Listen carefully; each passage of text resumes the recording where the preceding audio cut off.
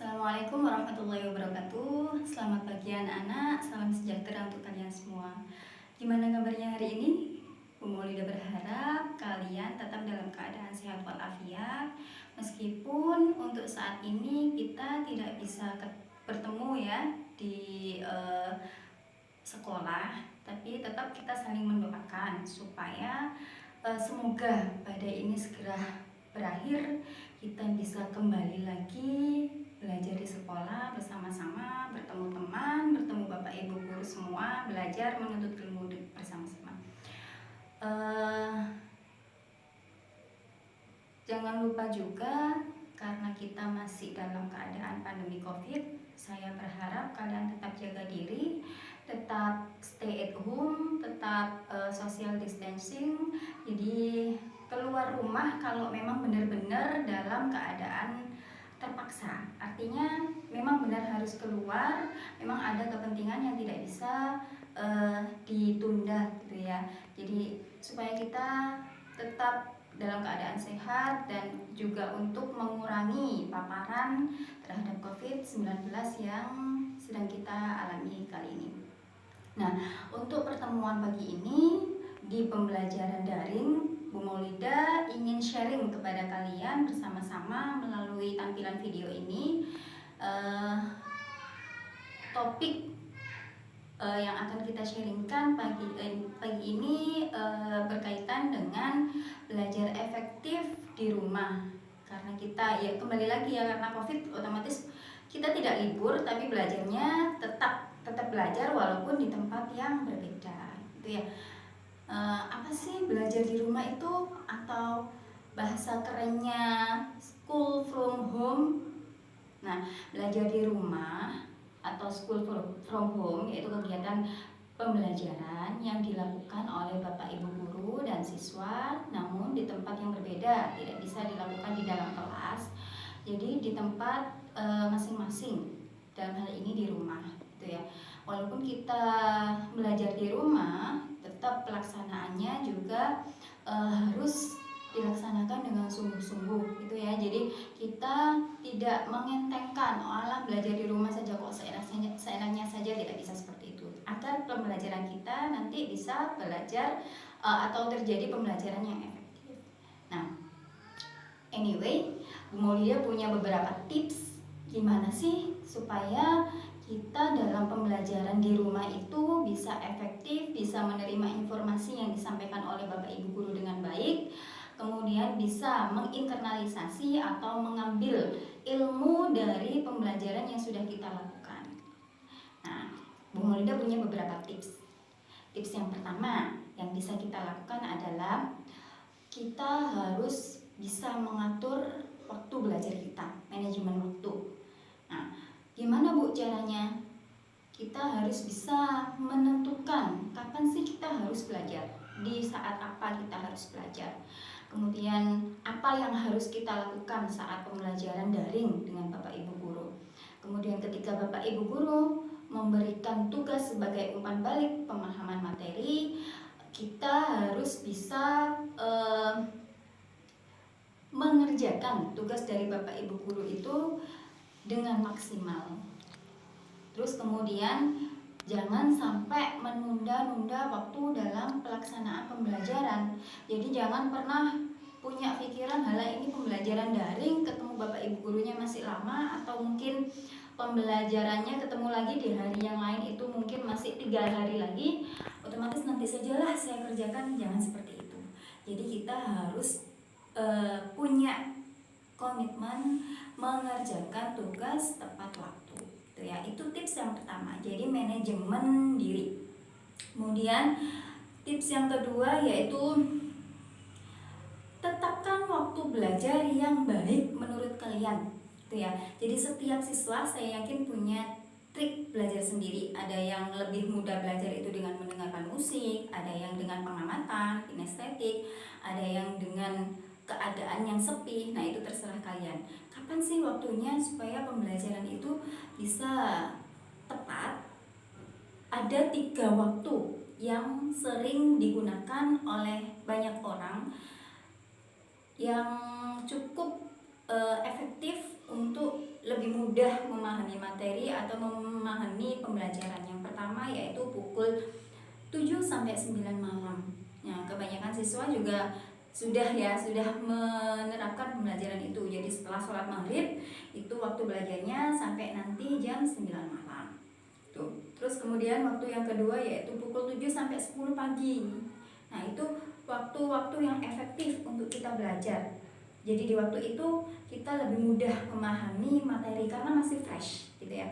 Kemudian yang paling baik sebenarnya itu di waktu antara jam 3 sampai jam 5 dini hari. Nah, yang ketiga ini mungkin sedikit lebih berat dilakukan, cuman dampaknya lebih baik. Mungkin barengan dengan qiyamul lail gitu ya. Jadi jam 3 kebangun, sholat malam dulu habis itu belajar nanti sampai subuh gitu. Tuh, itu tips yang kedua. Jadi kita harus belajar di waktu yang tepat. Nah, lagi Bu Maulida punya tips yang ketiga yaitu kondisikan keadaan belajarmu itu senyaman mungkin. Seperti kita tahu karena kita belajar di rumah masing-masing menggunakan media gitu ya. Kadang kita belajar itu seenaknya sendiri karena tidak diamati oleh Bapak Ibu guru langsung. Belajarnya sambil tiduran atau sambil lihat TV gitu ya. Nah, boleh melakukan pembelajaran seperti itu, tapi apakah maksimal? Apakah informasi atau ilmu yang kita dapat dari Bapak Ibu guru itu mampu kita serap dengan baik?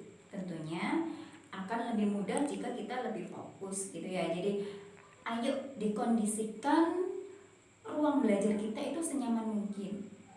Mungkin pencahayaan lampunya atau mungkin mejanya harus rapi, kemudian alat-alatnya dipersiapkan gitu ya. Jadi kita siapkan kondisi pembelajaran yang menyenangkan bagi kita dan nyaman. Itu tips yang ketiga. Masih ada tips lagi Bu? Masih. Saya masih punya 2 tips. Nah, tips selanjutnya yang keempat yaitu siapkan media pembelajaran terkait dengan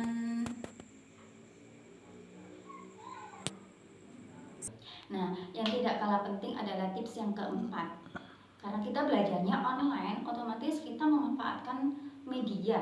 Nah, di sini kita bisa memanfaatkan smartphone atau laptop gitu ya. Nah, kedua perangkat ini atau mungkin pad atau apalah gitu yang bisa kita gunakan untuk pembelajaran. Karena 2 media ini supaya bisa mentransfer materi dari Bapak Ibu guru itu memerlukan alat yang dinamakan internet, maka kita harus menyiapkan koneksi internet yang baik. Jadi kita mungkin memilih operator yang memiliki koneksi internetnya bagus di tempat kita. Ada yang kadang pakai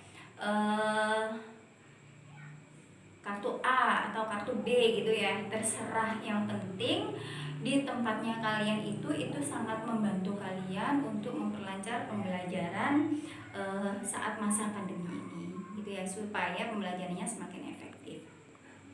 Itu yang kemudian tips yang terakhir yaitu siapkan portal pembelajaran itu yang digunakan gitu ya. Jadi kadang Bapak Ibu guru itu menggunakan portal pembelajaran Classroom, Google Classroom atau Google Form, atau pakai Google Meet, pakai Zoom. Nah, itu kalian harus juga menyiapkan supaya kalian bisa mengikuti pembelajaran. Selain mengikuti pembelajaran, kalian juga mendapatkan pengalaman baru. Oh, ternyata ada loh aplikasi Zoom yang bisa menampilkan semua wajah teman-temannya belajar bersama walaupun tidak tatap muka.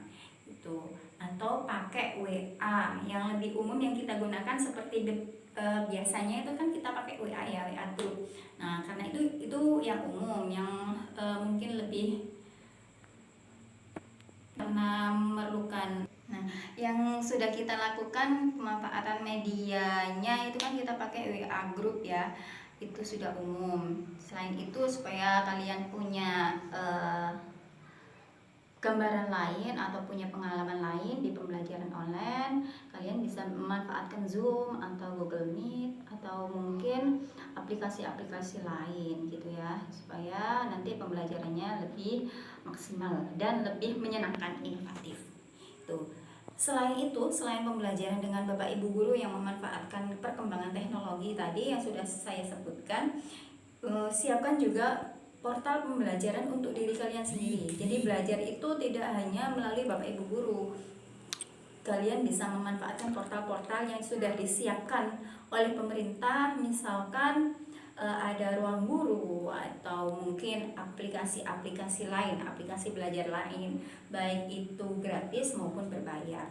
Nah, sekarang ini sudah banyak sekali aplikasi yang downloadnya gratis atau mungkin ke portal pembelajaran yang gratis. Silahkan dimanfaatkan itu supaya nanti pembelajaran kita efektif dan nyaman. Jadi walaupun kita di rumah, kita tetap dapat ilmu dari Bapak Ibu guru. Selain kalian juga harus mencari ilmu sendiri, ilmu tambahan ya, di lingkungan kalian atau lewat internet. Jadi saya ulang lagi, Bu Maulida berharap walaupun kita tetap masih belajar di rumah masing-masing, tapi kita tetap belajar, kita tetap bersemangat dalam belajar dengan melakukan kegiatan-kegiatan yang bermanfaat untuk pembelajaran kita. Jadi jangan sampai merasa karena ada COVID kita itu libur. Tidak, kita tidak libur, kita masih melakukan pembelajaran, namun caranya dengan berbeda dengan sebelumnya gitu. Jadi tidak ada alasan juga ketika Bapak Ibu guru mapel misal memberikan tugas terus kalian dengan berkelit, Bu, sulit dan sebagainya, atau karena ini kan libur kita belajarnya di rumah. Tidak bisa seperti itu ya. Jadi kita tetap belajar supaya nanti kita dapat mentransfer ilmu yang disampaikan Bapak Ibu guru. Kegiatannya saja yang berbeda dilakukan di kelas dengan di rumah, tapi tujuannya sama, belajar menuntut ilmu gitu ya. Nah, anak-anak, tidak terasa pertemuan kita kali ini dibatasi oleh waktu. Jadi Bu Maulida berpamitan undur diri dalam pembelajaran kali ini. Harapan saya nanti kalian bisa menerapkan pembelajaran yang efektif walaupun di rumah. Kemudian saya berharap kalian tetap berada di rumah, stay at home, supaya tidak ada lagi penularan yang lebih banyak lagi, dan kita bisa segera bertemu di majelis pendidikan, lembaga ilmu, di sekolah, bertemu, berjumpa, belajar bersama dengan teman-teman dan Bapak Ibu guru. Oke, terima kasih perhatiannya. Saya akhiri. Assalamualaikum warahmatullahi wabarakatuh.